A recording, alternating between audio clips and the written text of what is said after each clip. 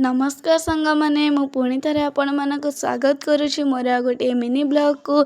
आज थिला स्वाधीनता दिवस मो तरफ समस्त को अनेक अनेक शुभेच्छा एवं शुभकामना। आ मोर भिडटी टी लेट्रे आसी से समस्त को सॉरी कहूँ।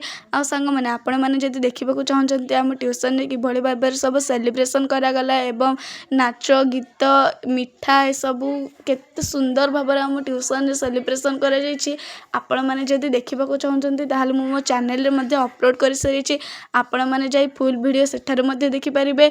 आ सांग मैंने आपण मैंने सत कहे आपण मैंने जो पिला बेले जाऊले स्कूल कि ट्यूशन सेठारे खाली सेव बुंदी खाइबा जाते ना तासह बहुत सारा नाच गीत है एवं आम ट्यूशन टीचर अरुण भाई से कि बहुत भल गीत एवं भाषण देते। गौतम भाई आमको बहुत भल भाव लास्ट को बुझे सब विषय एवं अभिराम भाई जी कि आम गाँव सभापति से बहुत भल गीत एवं भाषण देते। आपण मैंने जदि देखा चाहते ताल मोर वीडियो लास्ट पर्यंत देखु ताहले जानीपर वीडियो रे कौन कौन होती एवं किए भाषण एवं गीत देते।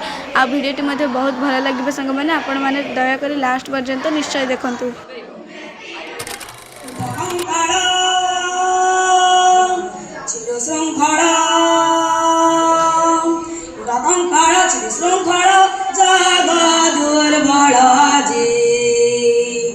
दुर्गा मगिरे दुर्गा प्राचीरा छिन्न दुहारे बजे दुर्गा मगिरे दुर्गा प्राचीरा छोटा बड़ भाई भाई मैंने आज पवित्र स्वाधीनता दिवस मत निजे कहते मो मन निजे धन्यवाद कौन मो ना अभिषेक कुमार सेठी आम देश ओडिशा आज हूँ आम देश 80तम स्वाधीनता दिवस आम देश सुजी हुए नाई तार पसण सकाळ तीर्थ चरण तार सरबटु बड़सिए देखी मन पुरी जाए जेते दिन सूर्य थीब जनतारा हसुथीब माँ से तो दुनिया रे पूजा पाउथीब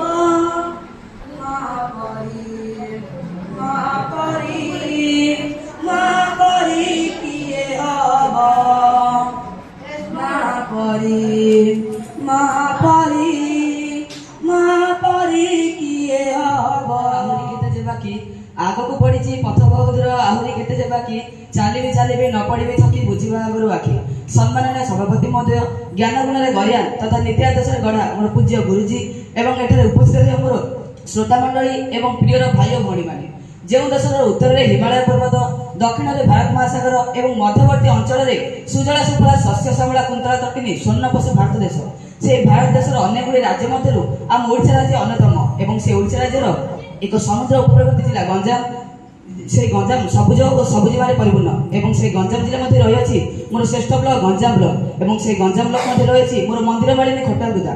आज हूँ आम देशर 80तम स्वाधीनता दिवस। स्वाधीनता दिवस कहले केवल तिरंगा पताका उड़ाइबा बुझे ना। स्वाधीनता दिवस रही स्वाधीनता रही संघर्ष स्वाधीनता रही त्याग स्वाधीनता रही साहसिकता आउ से स्वाधीनता रही मोर कर्तव्य। आम देश 1947 मसीहा अगस्ट मास 15 तारिख दिन पराधीन श्रृंखला को भांगी स्वाधीनतार नूतन सूर्योदय को आसिकता को धला रंग देखू शांति और मैत्री को एवं सबुज रंग देखू आशा और समृद्धि को एवं अशोक चक्र देखू निरंतर अग्रगतिर संदेश को जिते महात्मा गांधी को नाम नौ से अनुभव करुचे अहिंसा और त्यागर विषय जिते देखिए सुभाष चंद्र बोस के नाम नौ से आम मन में हिंसा और साहसिकता अग्नि जली उठे जिते झांसी रानी लक्ष्मीबाई का नाम लो से अजित कर खा बदले की हकीकत में तेरा तू जरा अंधेरा ज्यादा चलती नहीं मुश्किल ज्यादा रहती नहीं अंधेरा ज्यादा चलती नहीं मुश्किल ज्यादा रहती नहीं मिलेगी तेरी मंजिल तक तू जरा मेहनत तो कर। यार अर्थ दुनिया कौन कम असंभव नुहे यहाँ संभव करने आम टे परिश्रम करवा ए जीवन पथ बहुत लंबा ए किसी दिन पाठ पढ़ा यह थकी पड़ार समय नुहे कथार अच्छी भाग्य को दोष दे बसी रही किसी हुए भाग्य को दोष दे बसी रही किसी हुए परिश्रम बिना सफलता केवे आसेनी। यही कथाटी आम जीवन उन्नति जी सत अटे आम देशर उन्नति ताठू अधिक सत अटे। आम महापुरुष मैंने भाग्य को दोष दे बसी नथिले से त्याग करते संघर्ष करते आम देश को स्वाधीनता देवार स्वप्न देखी सत यह पूर्ण करते। आज आम हाथ अस्त्र ना कि कलम अच्छे पाद अटकाइबा ना लोके जिते हसिले निज मन को भांगा ना। ये कथाटी आमको बुझाऊँ ଆମ ଭାରତର ପଥ କଠିନ ଥିଲା, ଭାରତ ପଥରେ କଣ୍ଟା ପଡ଼ିଥିଲା, ତଥାପି ଭାରତ ଚାଲିଲା। ବାଧାବିଘ୍ନ ଥିଲା, ତଥାପି ଭାରତ ଆଗକୁ ବଢ଼ିଲା। ସମସ୍ୟା ଥିଲା, ତଥାପି ଭାରତ ବିକଶିତ ହେଲା। ଠିକ୍ ସେହିଭଳି ଆମେ ମଧ୍ୟ ଆଜି ଆମ ଭାରତର ଉଚିତ ସନ୍ତାନ ହୋଇ ଆଗକୁ ବଢ଼ିବାକୁ ହେବ।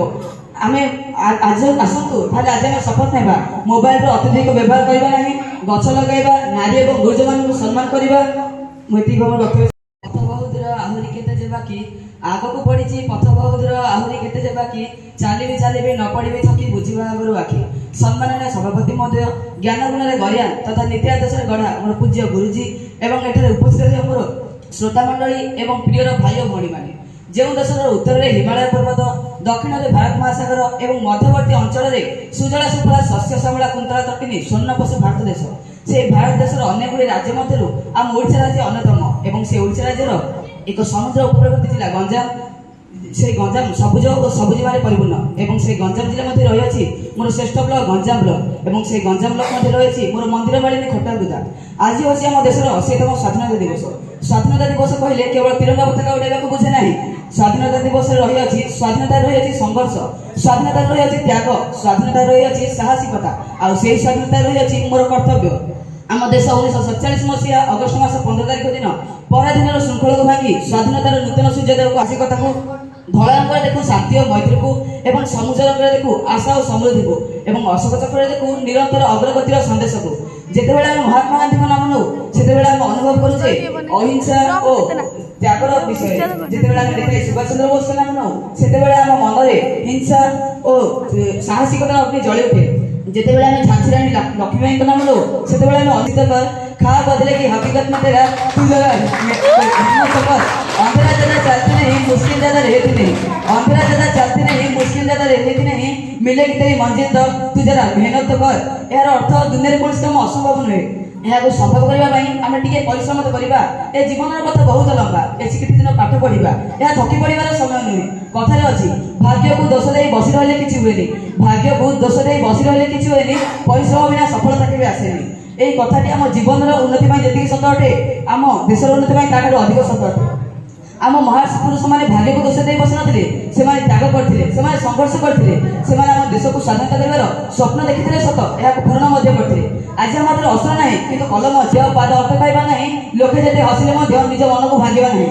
এই কথাটি ଆମକୁ ବୁଝାଉଛି ଯେ ଆମ ଭାରତର ପଥ କଠିନ ଥିଲା, ଭାରତ ପଥରେ କଣ୍ଟା ପଡ଼ିଥିଲା, ତଥାପି ଭାରତ ଚାଲିଲା। ବାଧାବିଘ୍ନ ଥିଲା, ତଥାପି ଭାରତ ଆଗକୁ ବଢ଼ିଲା। ସମସ୍ୟା ଥିଲା, ତଥାପି ଭାରତ ବିକଶିତ ହେଲା। ଠିକ୍ ସେହିଭଳି ଆମେ ମଧ୍ୟ ଆଜି ଆମ ଭାରତର ଉଚିତ ସନ୍ତାନ ହୋଇ ଆଗକୁ ବଢ଼ିବାକୁ ହେବ। ଆମେ ଆଜି ଆସନ୍ତୁ ତାହେଲେ ଆଜି ଆମେ ଶପଥ ନେବା, ମୋବାଇଲର ଅତ୍ୟଧିକ ବ୍ୟବହାର କରିବା ନାହିଁ, ଗଛ ଲଗାଇବା, ନାରୀ ଏବଂ ଗୁରୁଜନମାନଙ୍କୁ ସମ୍ମାନ କରିବା। ମୁଁ ଏତିକି ଭାବରେ ରଖିବି।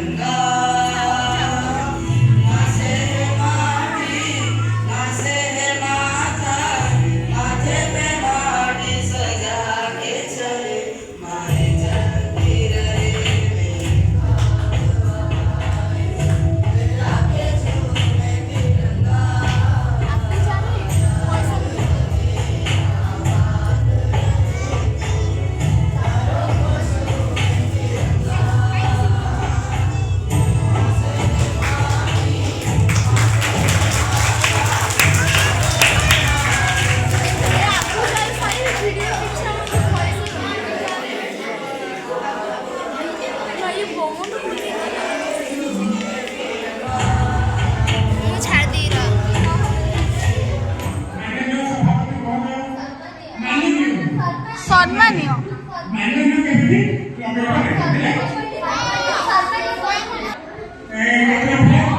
ସାଙ୍ଗମାନେ ଏତିକି ଥିଲା ଆମ ଇଣ୍ଡିପେଣ୍ଡେନ୍ସ ଡେର ସେଲିବ୍ରେସନ୍। ଆପଣମାନଙ୍କୁ ମୁଁ ମଧ୍ୟ ସେସବୁ ଦେଖାଇ ସାରିଛି। ଆଉ ଡ୍ୟାନ୍ସର ମୁଁ ଭିଡ଼ିଓଟା ବନେଇ ନଥିଲି ଏବଂ ଯେଉଁ ବିସ୍କୁଟ୍ ଚକୋଲେଟ୍ କ'ଣ ମିଠା ଏସବୁ ବଣ୍ଟା ହେଲା ସେ ଭିଡ଼ିଓ ବନେଇ ଦେଇଛି। ଯେ ଭିଡ଼ିଓଟି ଭଲ ଲାଗେ ଲାଇକ୍ କମେଣ୍ଟ ସବସ୍କ୍ରାଇବ୍